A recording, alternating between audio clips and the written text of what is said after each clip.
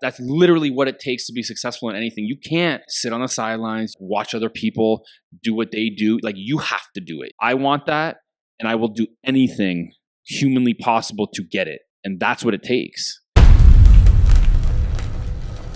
get nervous when you do these kind of things or no? Not even a bit. Not even a little bit? No. No? Do you do stuff like speaking stuff a lot? No. Not a lot? Like podcast interviews? No. I don't know. I don't get nervous anymore in front of people. Really? Because you've said before that it's at the start it was something that would make you more nervous, like speaking in front of people. Are we doing it right now? Yeah, this all counts. Oh, okay. Yeah, this all counts. No. So I'll give you an example. So do you remember I won that business award? Yes. For like Windsor. There was like 500 people, maybe even 1,000 people in that auditorium, and like I just got up and I didn't have a speech. Like I didn't say. I purposely just off the cuff. Yeah, totally off the cuff. I was the first one.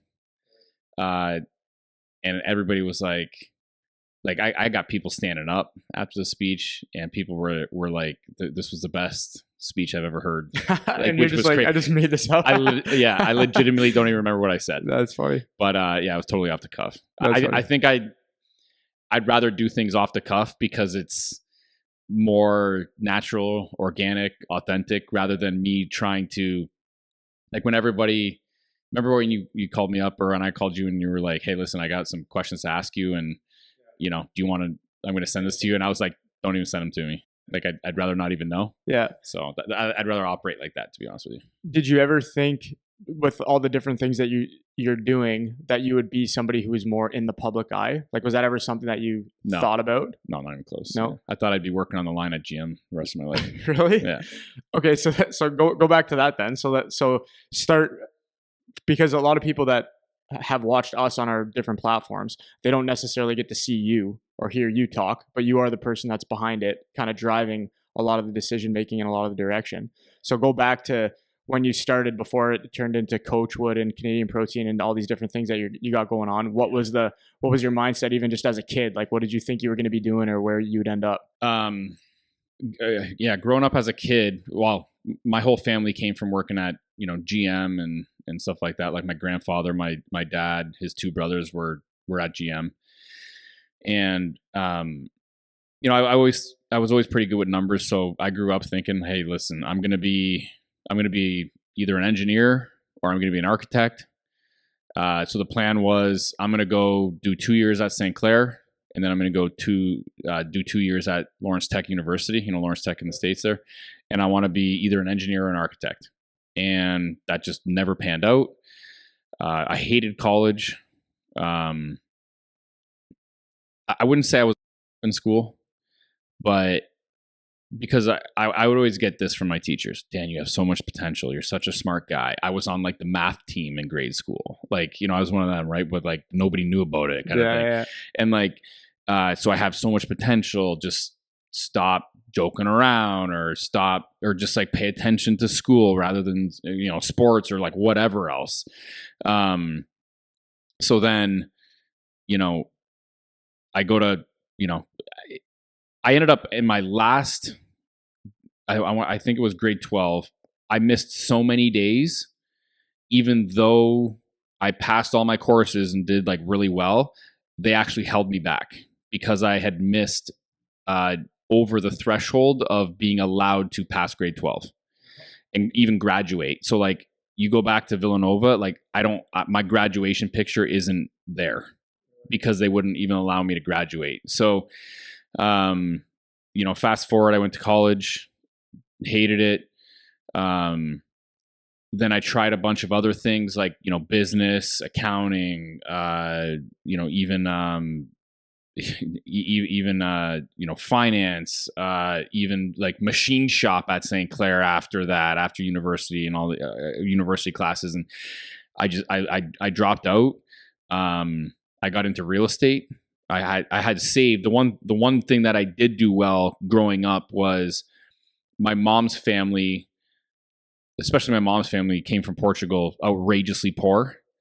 And they almost like scared me into not having money growing up, to the point where I tried to save every single penny when I was growing up, even to the point where up until I was even in my early 20s, since I was like probably 15, I used to cut my own hair to save the money.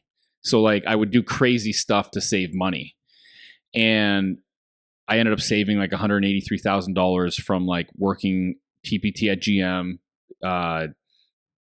working in the produce department at Zehrs, bouncing on the weekends, even back in time where I was washing dishes, delivering papers before school. I even delivered papers up until high school, which no one knew, but I could make, a couple extra $100 a week, ripping on my rollerblades, for a half hour before I left for school in the morning at like 6 a.m.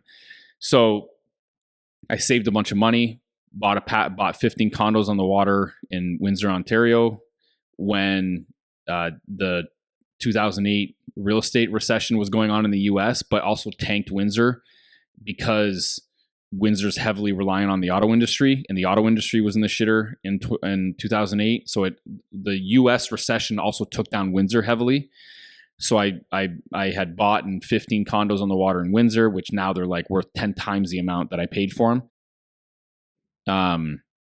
And then I also started a store in Windsor on Dougal, making my own supplements. So at that point in time, what I would do is I'd left school. I would work the store during the regular hours of like the store from like, I think it was like 10 to 8.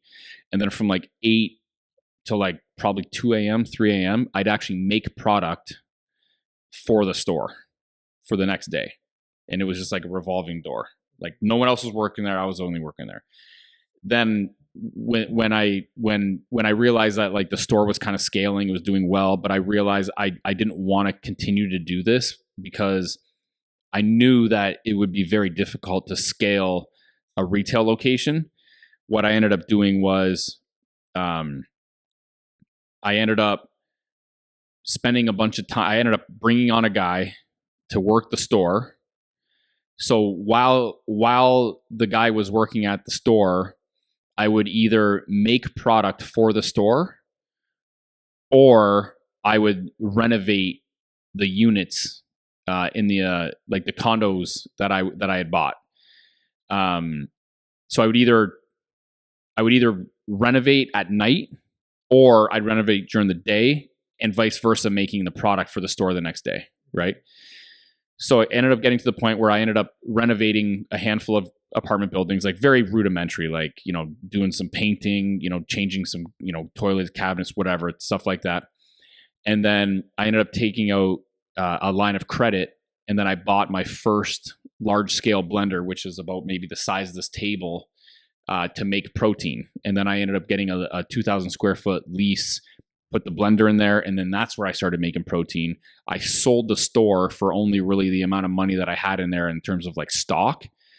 And then I went all in on the website, which at the time was called truesupplements.com. So I own that domain. And then I ended up changing the name around 3 years late, maybe a couple years later, to canadianprotein.com. And the reason why I did that was because I knew at that point in time when I was doing all the SEO, I was doing all of the graphics work. I taught myself how to code, like very rudimentary code, which I had no idea, but I was watching like bullshit YouTube videos on how to do all of this stuff, like YouTube. Like if you actually go back in time, this is crazy. If you go back in time to like 2012, 2013, like, you can go on those websites like Back in Time or whatever it's called. That entire website and all of the graphics was me in Photoshop and coding. Yeah. The packaging design was me. The banners on the website was me. Like all that stuff was me. No one else. I hired no one. It was all me. Yeah. So it's actually kind of hilarious because I brought it up to like I showed people at work and they're like, "Oh my God," like blew their mind. Yeah. So anyways, I ended up changing the name to Canadian Protein because I was also doing all of the SEO, because back then Google search was like the thing, right? So I knew that if I could change the name of the website to canadianprotein.com, I could see from the analytical data in the SEO when I would, purchase keyword search that Canadian protein, the term was being searched heavily. And lo and behold, CanadianProtein.com was available for like $9 on GoDaddy. So I did that, and it was a lot easier at that point in time to pull all of that organic traffic because my name was a generic search term.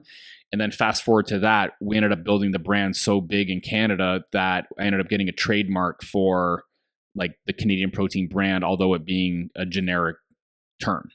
So that's pretty much the come up there. Okay, so back it up just a little bit, because what's interesting for me, because I'm going to tail it back into like the academy and all this stuff, because it actually is interesting to make the comparison. So what was it about school that you didn't like? Like if you can put yourself back in your brain when you were in grade school, high school, college, whatever, like what was the disconnect where you're like, I'm not, and like by all accounts, like you were a pretty smart guy, good with numbers. Like it's not that the subjects were necessarily too difficult or you didn't get it. Yeah. But like what was the, I don't know. The thing? I actually don't know. Well, first of all, I don't like when people tell me what to do. That's number one. I always seem to have like, I wouldn't even say, tell me what to do. It was more like, for me, structure was always something that I didn't care for, if that makes sense. I kind of like doing my own thing. I like being on my own timeline. Like if you look at my schedule, like I rarely schedule meetings. Like I rarely schedule stuff. Like my day is like pretty much unscheduled, right?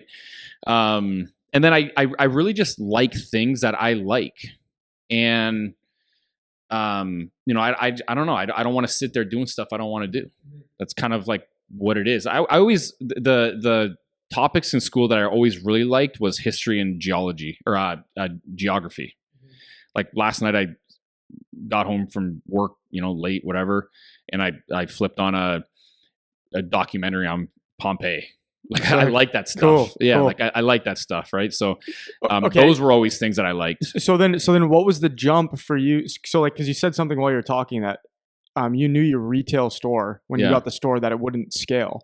I wouldn't say I knew that it wouldn't scale. I knew that it would be harder to scale than direct to consumer online. Okay. So the gap from I don't like school, like traditional education to make me learn things, for you to pick up the business acumen of understanding that online scales better than retail. Like how did you learn what you were doing? Like how did you educate yourself outside of school? Like what was the methodology for you?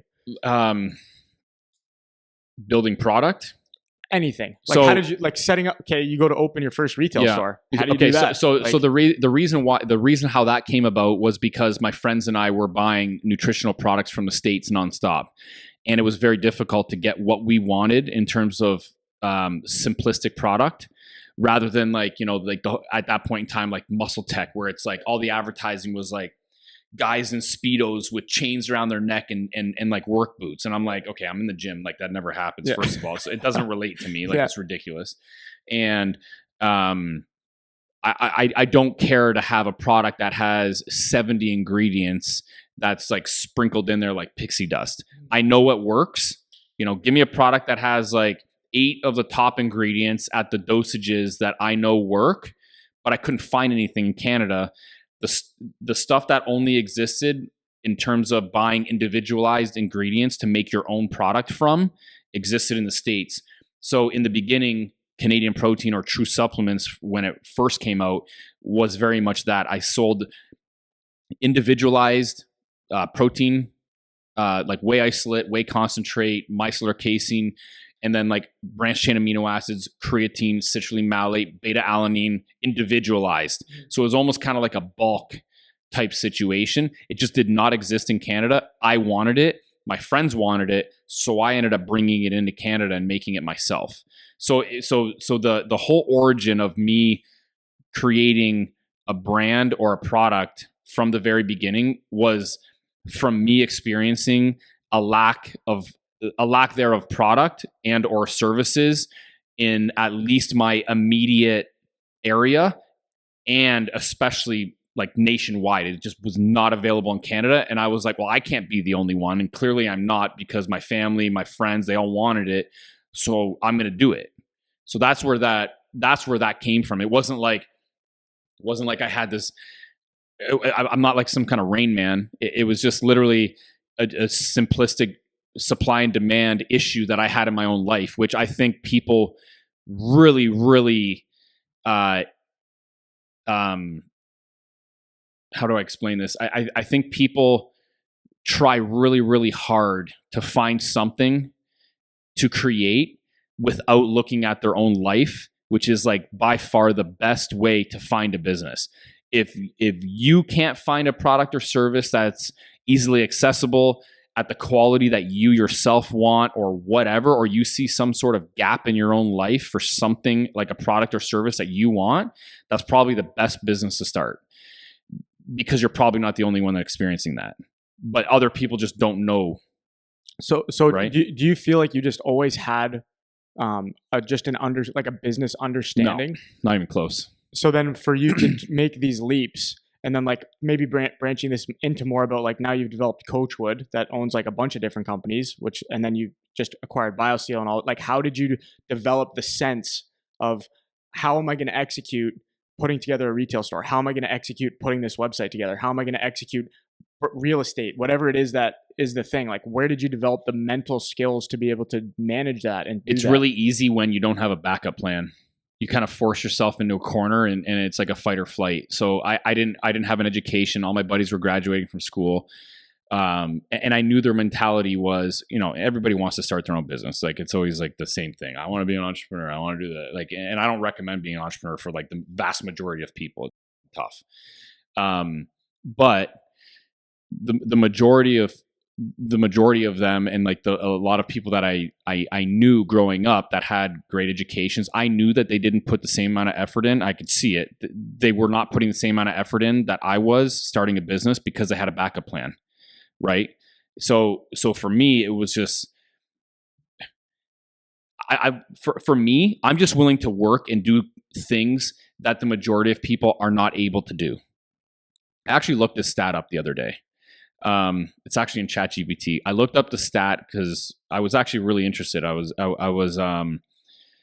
looking up a stat of what's the statistical chances of someone making it to the NHL, right?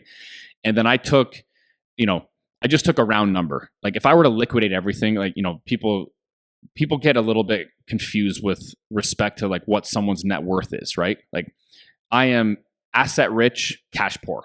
Right. I don't keep a lot of money on, like, I don't have, like, I'm not like rolling in dough or whatever, but I have a lot of assets. Like BioSteel is, there's a solid argument that if I were to liquidate everything, my net worth could be $250 million just by the virtue of the brand BioSteel, Canadian protein, all of my real estate, all that stuff. I don't have it, but regardless, I took the stat of what's the chances, or what's the statistical percentage of someone making it to the NHL. And then I wrote in what's the statistical chances of someone becoming like a centimillionaire of like $100 million net worth or plus. It's 2.5 times more unlikely to become someone worth $100 million plus. So not even 200, 250, like whatever.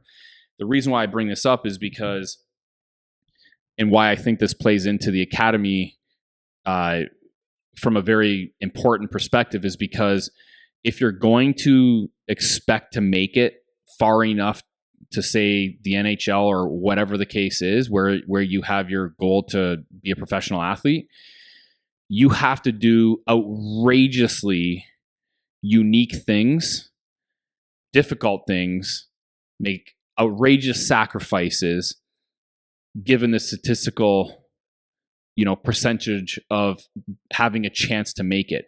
And the reason why I can speak to that is because if it's 2.5 times more difficult to be in the position that I'm in, I understand what it takes to be there. And the vast majority of people on planet Earth are simply unwilling to do it because I know what it's taken for me to be here, and no one would do it.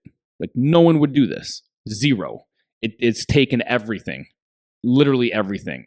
Relationships. I didn't have my 20s. My 20s didn't exist for me.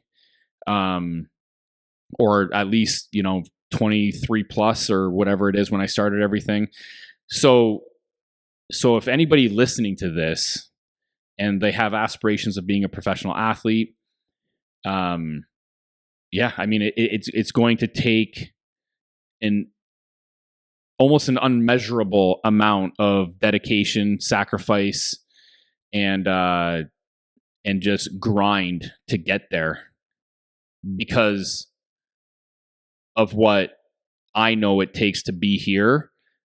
And if it's more unlikely for me to be here, then I know what it takes to be a professional athlete from a statistical perspective, and it takes everything.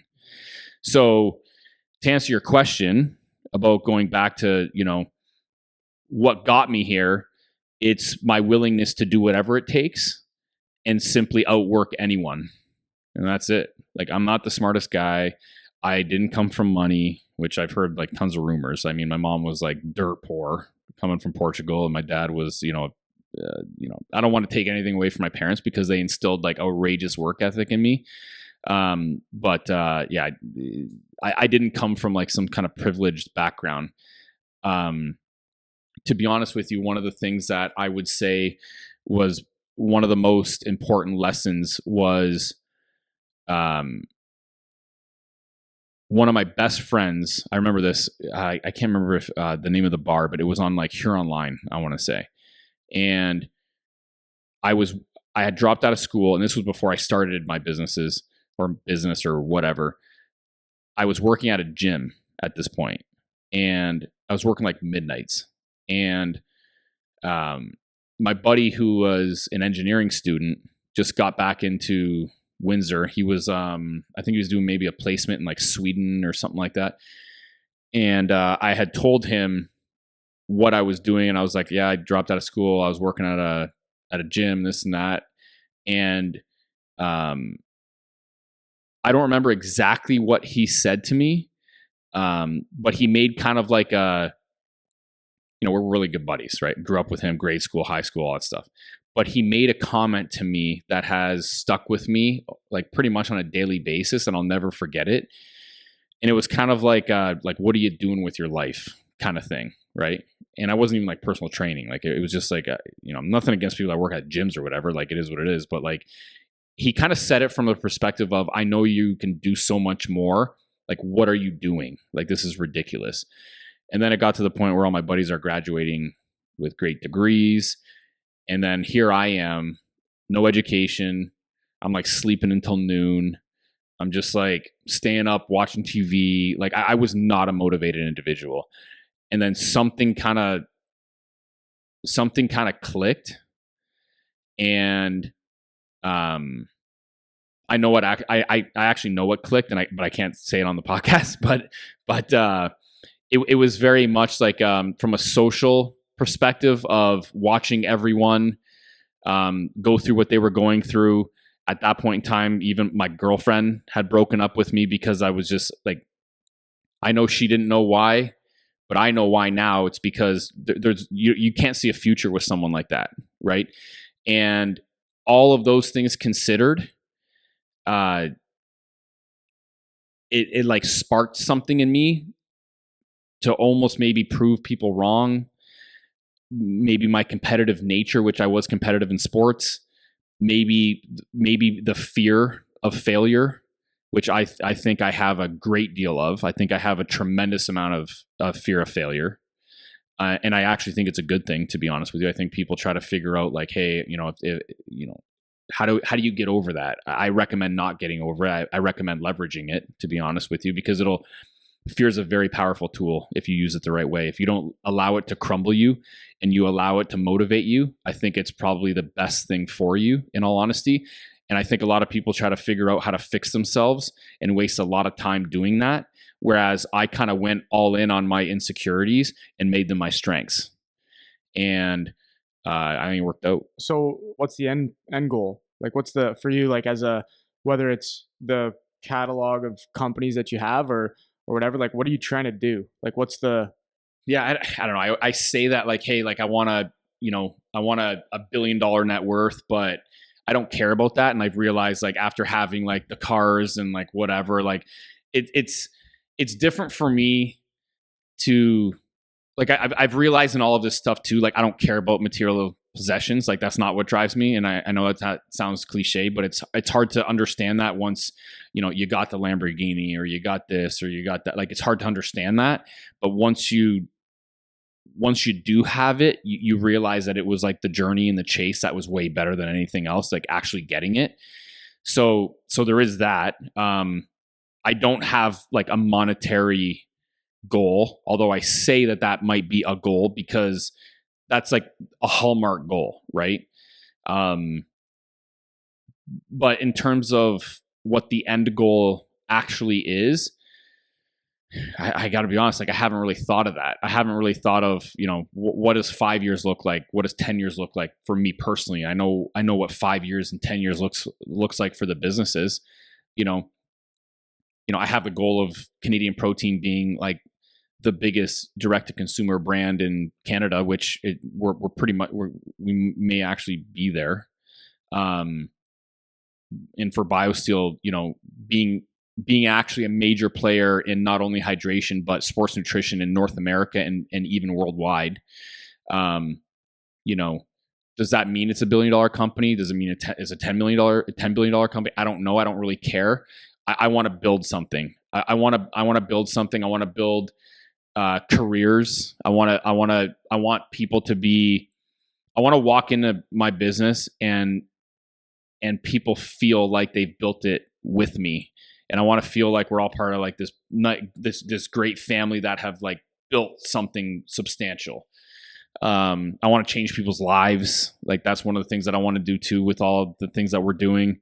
The goal for the portfolio of brands and like the health and wellness is, I want to improve people's lives. I want to improve their performance by improving their lives or vice versa. And like, that would be like, intangible goals that I have for the brands, but, I don't have like a set goal where, and I think it's good because I think if you have set goals, like for example, in 5 years, I want to build it to $1 billion and take it public. You're gonna operate in a little bit of a different way. For me, strategically for the brands, from a business perspective, I want to operate profitable businesses with the proper ratios that are important to operate these businesses the way that they should be operated, right? So I don't have like an end goal per se. Yeah. So if I I'm going to start focusing it more on like into the academy and stuff that we're doing, but like you guys, you took over BioSteel and you were not necessarily somebody that was in the like professional athlete space. You weren't really associated with any professional sports or anything like that. So for this, what was the motivator for you to get involved with the brand at all? And then what is the direction that you feel you want to take it and why? So, obviously being involved in like youth sports and being around like youth sports quite a bit, I noticed like how prevalent the brand BioSteel was, and whether it be especially baseball or hockey. And when I ended up hearing that BioSteel was bankrupt, first of all, I couldn't believe it. It was crazy. I was like, how could this be? Obviously, but not necessarily, I guess, oblivious to how it ends up happening, right? And then Clark, we were working out in the morning in the back of the warehouse there, and he was like, "Hey, like I think we should look into BioSteel." And I was like, "Really? Like that's kind of crazy."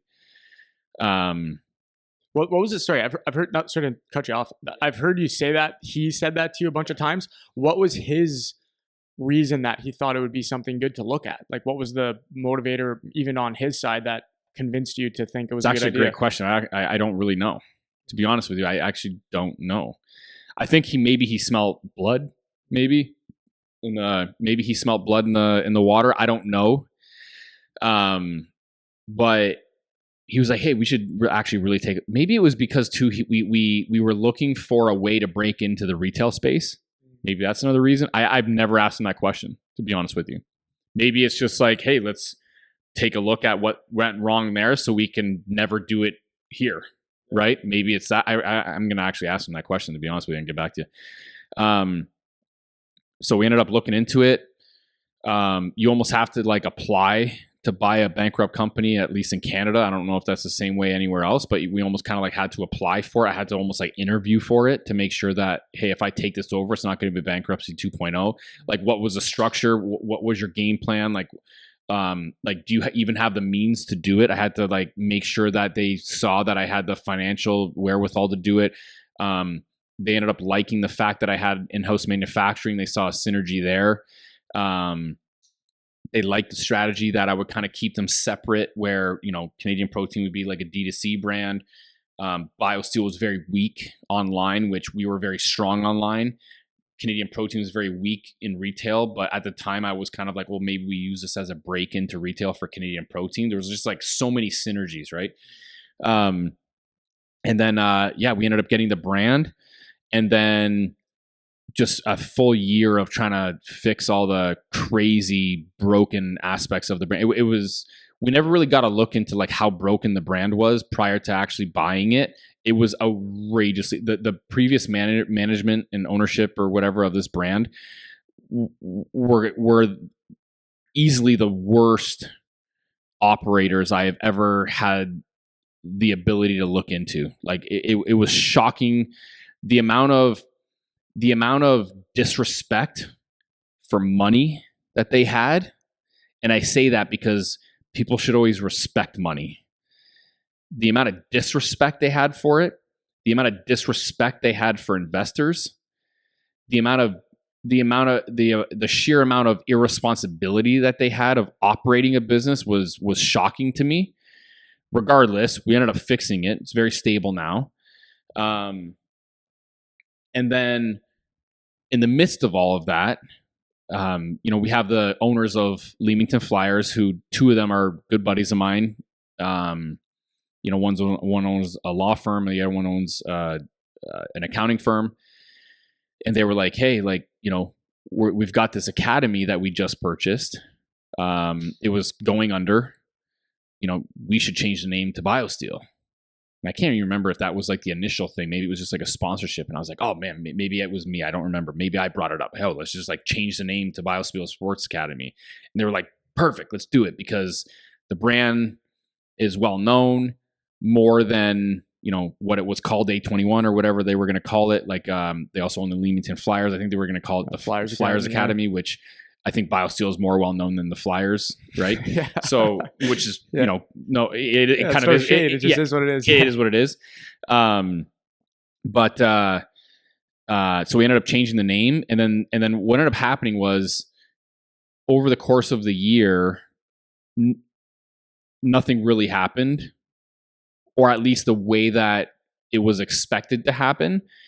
Because they're entrepreneurs, they got big businesses that they run, this and that, and I don't think that they were able to focus the right amount of energy to turn the academy around, or actually make it like a viable option for whatever they had plans to make it for, or whatever, or take it in the direction that they wanted it to take it in.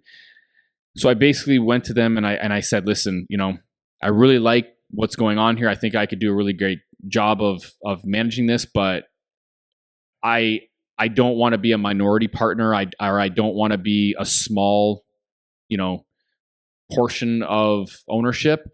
I need majority ownership, or all of it, pretty much. Like, I need to own it all. Let me buy it off you, or I'm going to step back and like I'll sponsor the academy for what I feel would be a reasonable, value. And those are really the two options. And I think they realized that the best move for everyone, or the academy itself, was for me to take it over, keep it the BioSteel Sports Academy, use it as a marketing engine for the brand, and then also use it as, because it's a marketing engine, make it a vehicle for top talent to come through the door without requiring top level price tags. And that's essentially how this all happened. And we just, pretty much inked the deal, like not actually long ago, to be honest. And here we are. So what's the motivation? Maybe not the right word. What's the vision for you and how this plays into BioSteel? So like from my perspective as like an outside person, I'm inside on the academy, but I'm outside on like your mindset on how you're doing business. Like, first of all, you buy a brand that's bankrupt or going to be bankrupt or whatever. That's hard. And then you come into, let's say, the academy, which is something that you've never had any experience doing. The brand with BioSteel, like, it's a business, obviously, so you have experience there, but it's a market that you don't necessarily have any footing in yet with athletes and all of that, or at least in sports. So like, why'd you do that? Because like, it seems like you could have done, you didn't. With the brand? Yeah, like you don't need to do any of this. Yeah. Right? Like, yeah, you don't need to do any of this. So like, what's the reason that you're willing to, like, and I know a lot more now of like what goes on behind the scenes. And like, sometimes I think of it when we have conversations of like, you don't need to do any of this. Like, it's like, what is the reason? Like, what do you think it does either for, is it the people that get to come here? Is it for what it could do for BioSteel? Is it the combination of everything and like building a network? Like, what is the actual vision that you have with all of the different pieces? I think it's a combination of everything. I think that, I think with our stewardship, we could actually turn this into a really big thing. I think it's a unique proposition where the majority of academies aren't in the position that we're in, where, we can tie the brand, like a CPG brand, with an academy. That's a very unique situation, right? A couple, selfishly also speaking, the content that comes out of the academy is speaking to our direct target demographic, and people are paying attention. Case in point, we just launched our docuseries. 11,000 views in the first week, which is crazy on a brand new YouTube channel, right? So obviously people are paying attention. I did have the vision of, when I first got involved with the academy with the other group of guys, we're going to run a docuseries out of the academy. So one of the reasons why I wanted, ownership fully of the academy was because if I'm going to be investing this amount of money to make this thing successful, like, it's a tremendous amount of money that went on behind the scenes to put that docuseries, even episode 1, together, just to get it off the ground, right? You've seen this, what has to go into it, right? So to get that thing off the ground takes a tremendous amount of, effort, money, resources, everything. So there's that, but there's also the fact that this is a marketing pillar now for the brand BioSteel. It's also its own brand now, which is really unique. But, the context behind the brand BioSteel, where the academy can support it in its marketing efforts, is amazing. It speaks directly to youth athletes who, first of all, don't even understand what goes on behind the scenes of an academy. Number two, for maybe even adults that are interested in either starting one, even interested on what happens behind closed doors at an academy, or maybe, hey, the prospect of their kid coming to an academy, right? And then also, so we speak to not only the kids in the youth sports demographic that buy the product, we also speak to their parents, right? And then there's also, above all of that, there's now the brand, the BioSteel Sports Academy, which is its own separate entity that could end up being something big, right? Which is, I don't want to do anything not big. I want to make it big. The goal is to make this one of the premier academies in North America, for sure. That's like it's not even a question of whether or not I want to do that. We are doing that. And then all of the context behind what you do on a daily basis, what I do on a daily basis, and then for us to sit here and talk about it and speak to parents and people that are interested in what we have to say, I think is huge. Podcasts aren't getting any smaller, right? So, and then also, I don't know what happened, but I seem to be like the business fixer at this point. Like, I don't know. I bought like I buy a broken golf course, right? Like I own a golf course, which God knows why I bought that. But I bought a broken golf course, made it profitable again. And I bought BioSteel that was bankrupt. It's stable now and profitable. And now this, because this was going under too. So I don't know. I guess it's something that I'm doing at this point. But like now I'm pumping the brakes. Like yeah. I think I've got enough things that, even like my real estate, like that, I didn't even realize this until like people are like, man, you like really into fixing things, eh? And I'm like, wait a minute, like maybe I am, because like that was even my go-to with real estate. Like I'm buying value add properties that were either mismanaged or needed work or whatever. And it's really no different than business. I think I have a thing for business. I think that's a lot of people ask me like, hey, what's your passion? And I always go back to this where, especially in business, I think that people that look for starting a business in their passion are actually cutting their knees off or cutting their legs off at their knees, because, if you're only focused on something being your passion, you're actually negating everything or omitting everything that you might be good at, that you maybe should start the business in, or directing your resources into the wrong potential business option. Because how many passions do you have in life? Not a lot. Exactly. Maybe one. You don't have a lot of options. Maybe. But how many things are you good at? A lot. Right? There's a lot of things that people are good at, right? Like I always use the example, like you think the guy, like when we walk out here and you see like a road cone, you think he's passionate about road cones. Like he's probably not passionate about road cones. You see what I mean? Yeah, for sure. Or like you think some guy is like passionate about like these windscreens on these mics or whatever. Like probably not. Is he passionate about business? Maybe, right? But maybe he just like is good at making road cones.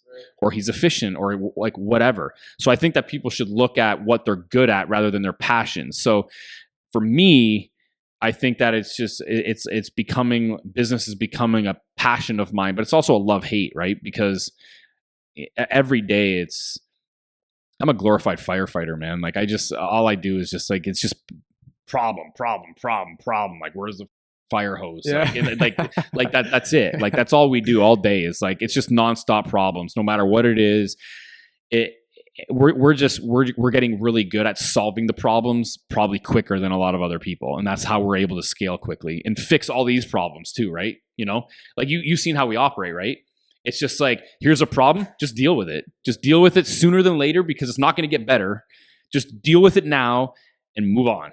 Right. So, and maybe we even jumped the gun a little too quick. Whereas even in your scenario, you're like, hey, listen, like we need to deal with this first before you just rip the Band-Aid off. And I'm like, no, rip the Band-Aid off. You know what I mean? Exactly. Because like it ain't going to get better. But like, I have to respect people that are in the positions that have to deal with the problem. Right. Because although I tell you to rip the Band-Aid off, I'm not the one that's got to deal with it. Right. You got to deal with it. So we have to meet in the middle here, or a happy medium. Right.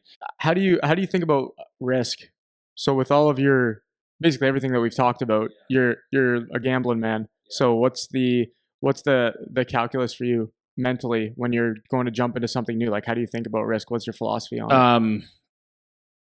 I'm actually gonna speak to how other people speak to how they feel like I deal with risk, and a lot of people have made comments that they don't understand how I'm so risk adverse at this point. But it's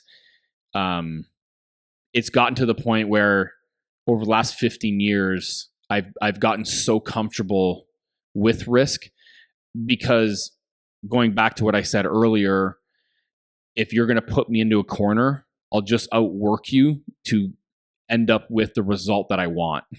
Or I'll just work insanely hard for me to get the result that I want.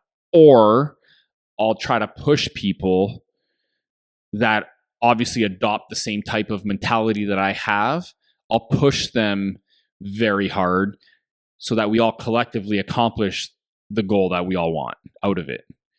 So I've gotten very, very comfortable with risk, very comfortable, maybe too comfortable. There's a lot of things that I've done that I probably should not have done, that maybe one day when I write a book and like I'm not at risk of saying certain things that I can't say, that people are going to be like, holy, like, I can't believe like you did that. But there's a lot of things that I look back that some people know, some people don't, that they were like, man, I can't believe you've done that. So I think I've gotten very comfortable with risk, but that at the end of the day, that's what it takes to get here. When you look at, I'm thinking this more from the academy perspective, but obviously for people that listen to you talk, they can probably pull out the kind of culture that you like and the kind of identity you like as in business and as a company and for yourself. If you had to put that into like for us at the academy, or for anybody that works for you, for anybody you work with, for the kids that are coming up through, like basically this is your development system now that you're creating kind of from literally little kids coming to school here. What are kind of like the core values from like a culture perspective that are important to you that you think will make people, whether they're an athlete or not, that'll just make them successful? Yeah, I think it's no different, right? I think the work and the discipline that needs to go into being successful as an athlete or in business is exactly the same. I don't think it's any different.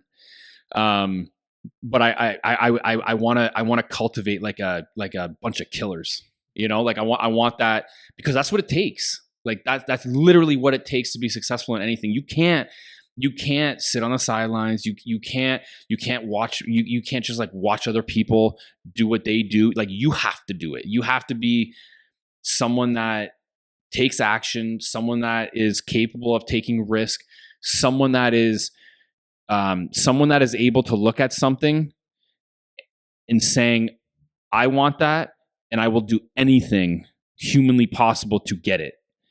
And that's what it takes. And that's what I want the culture to be here. That's what I want all of these kids that come through the door here to adopt.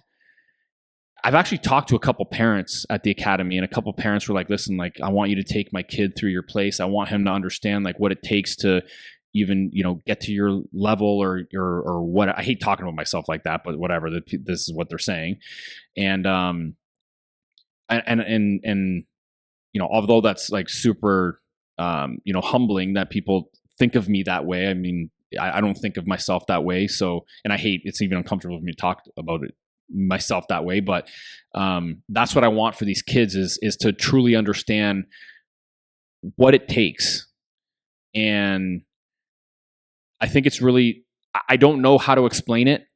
I don't know how to yet develop that culture that when every kid comes through the door, they actually understand it. Because I think it's one thing me saying it, it's another thing to apply that every single day of your life so that when it's time, you are at that level.